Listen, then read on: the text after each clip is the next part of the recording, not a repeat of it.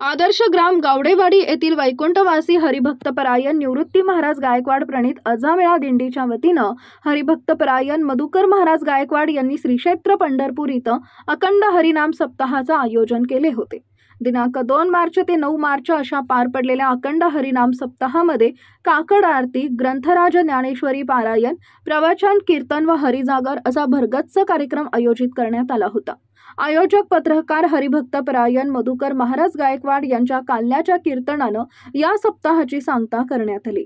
दिनांक 9 मार्च रोजी काल्याचं कीर्तन झाल्यानंतर दहीहंडी फोडण्यात आली व सर्व भाविकांना महाप्रसाद वाटप करण्यात आले। श्री क्षेत्र पंढरपूर इथं अखंड हरिनाम सप्ताहाचे हे 29वे वर्ष होते।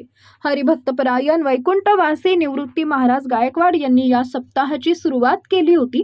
ती परंपरा पुढे अशीच चालू ठेवण्याचा मानस हरिभक्तपरायण मधुकर महाराज गायकवाड यांनी यावेळी व्यक्त केला।